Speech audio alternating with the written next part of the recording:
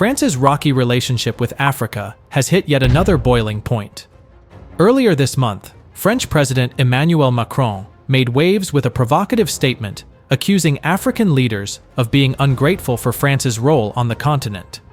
Macron's remarks, laden with undertones of entitlement and frustration, drew immediate backlash from key African leaders, including the President of Chad and the Prime Minister of Senegal, who openly criticized his comments as condescending and out of touch. But the spotlight now shifts to one of Africa's most vocal and defiant voices, Burkina Faso's President Ibrahim Traoré. Known for his fearless rhetoric and staunch opposition to neocolonialism, Traoré has become a symbol of Africa's new wave of leadership, unapologetically rejecting foreign dominance. His response to Macron's controversial remarks has been nothing short of powerful, underscoring the deep frustration many African nations feel about their historical and current ties with France. It is a lesson that Emmanuel Macron gave again to African heads of state to catch up and to be able to truly lead this struggle against imperialism.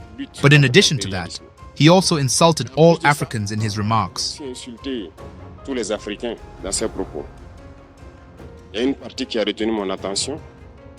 a part that caught my attention where he spoke of ingratitude, and that ingratitude is a disease not transmissible to humans. He is human, our ingratitude is not transmissible to him. That's how this gentleman sees Africa, sees Africans.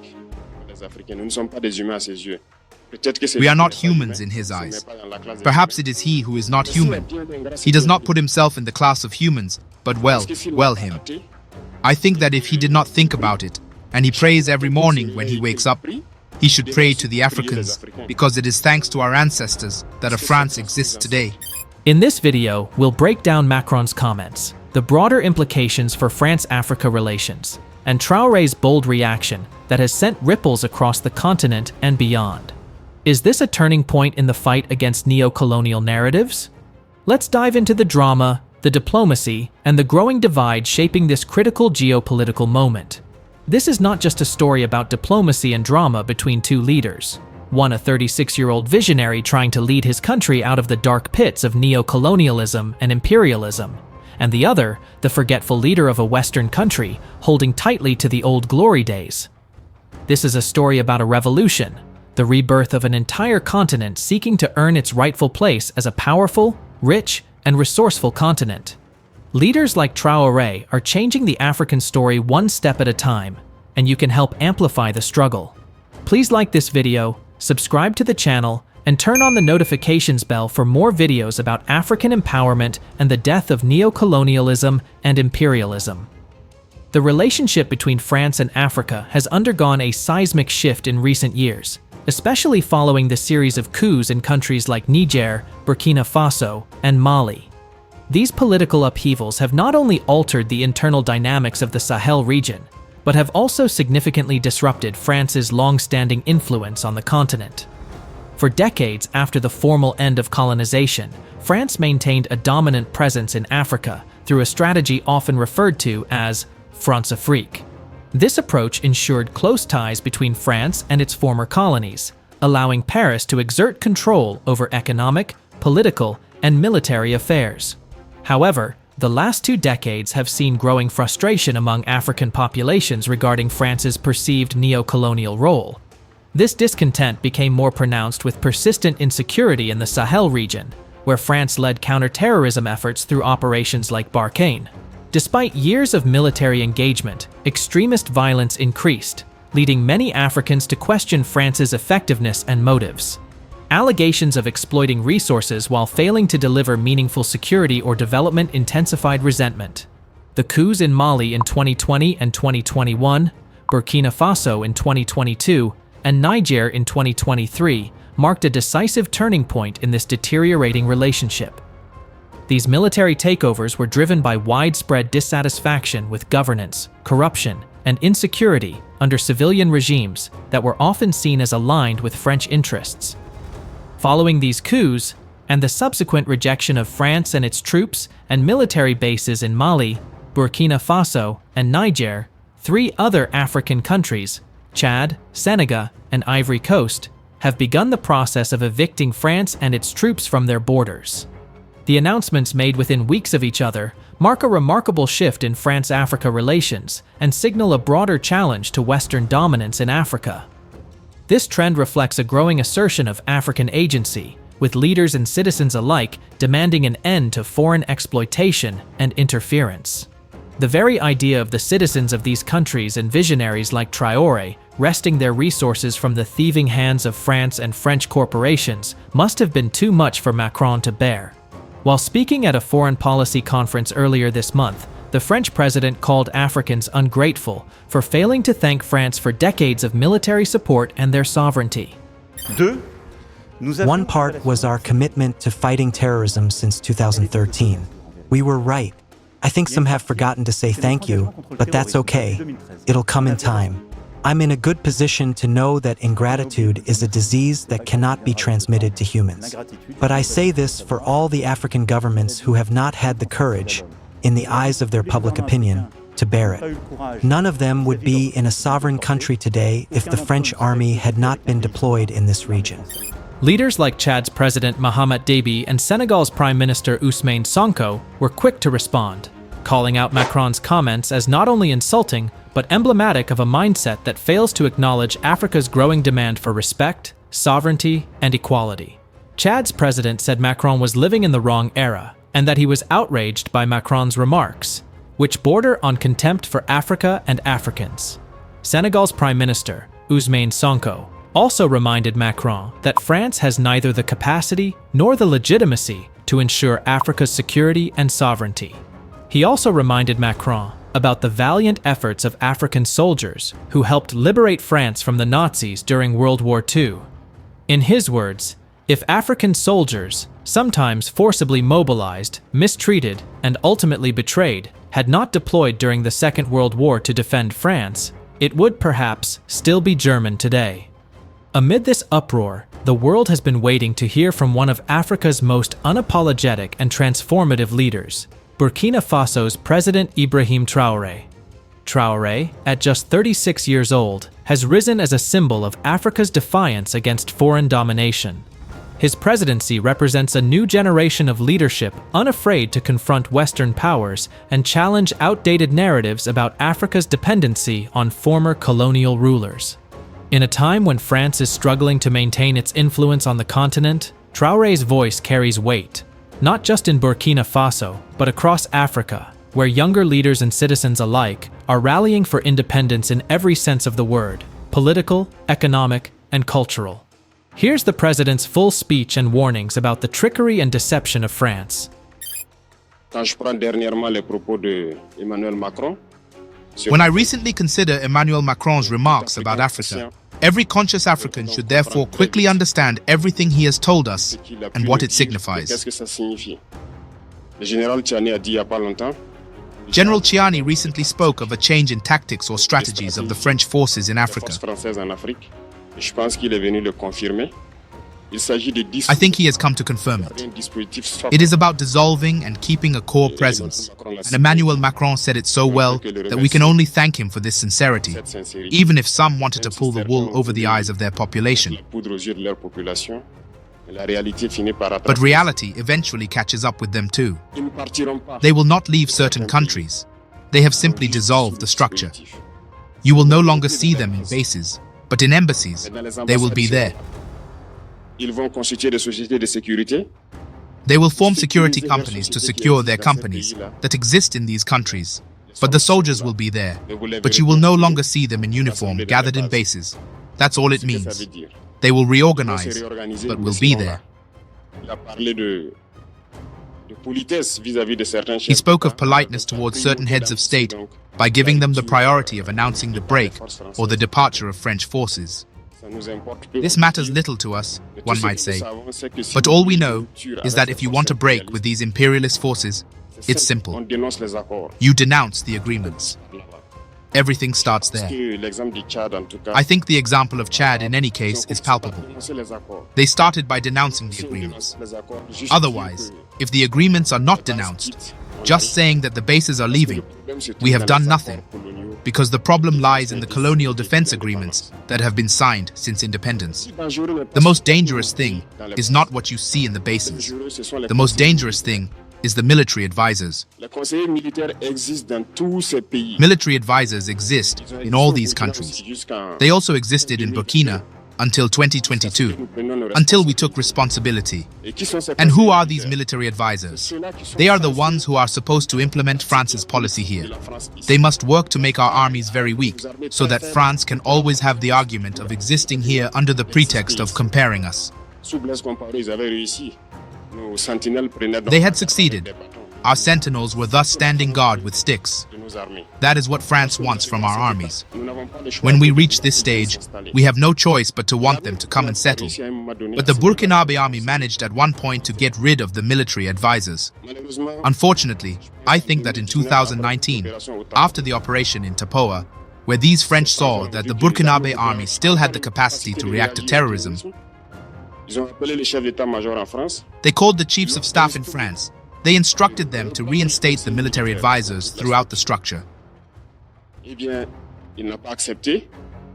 Well, he did not accept, but upon returning to the country, politicians instructed him to accept the military advisors, and that is where the military advisors returned to the Burkinabe army in 2019, with all the consequences that we know. The army was disappearing in the years 2020 to 2021, and moreover, this is the moment when many soldiers had to desert, because there was no more hope. We were collapsing. That's a little how they work at the general staff of the armies, in all the army general staffs, in the schools. It is they who are supposed to dictate the policy of our army. It is they who tell us how many to recruit, when to recruit, and what to do with them.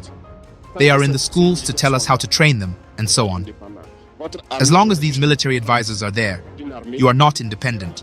Your army will only have the appearance of an army that will be there doing parades, circus acts. But when the war comes, you will realize that the parade is one thing, but the war is another thing. It is necessary to break the agreements. It is the only way to have an independent army and build itself to be strong. But many people do not understand it, perhaps. And even with these agreements, France chooses officer cadets in our states to train them. This through these same agreements.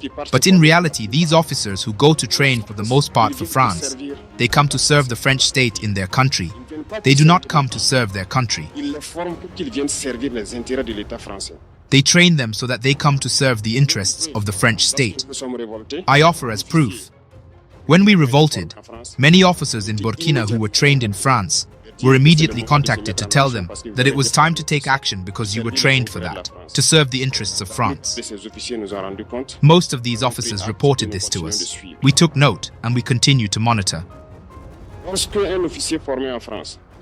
When an officer trained in France arrives in his country, and unfortunately, either by accident or on the battlefield in France, there is a night of tribute to the dead in the army as everywhere else. At the night of tribute to the dead, the name of the officer in question is cited, and it is said died for France. They do not train them to serve their country. They train them to serve their state. And in many African states, there are many of these officers. How many are patriots? God only knows. It is a lesson that Emmanuel Macron gave again to African heads of state to catch up and to be able to truly lead this struggle against imperialism. But in addition to that, he also insulted all Africans in his remarks. There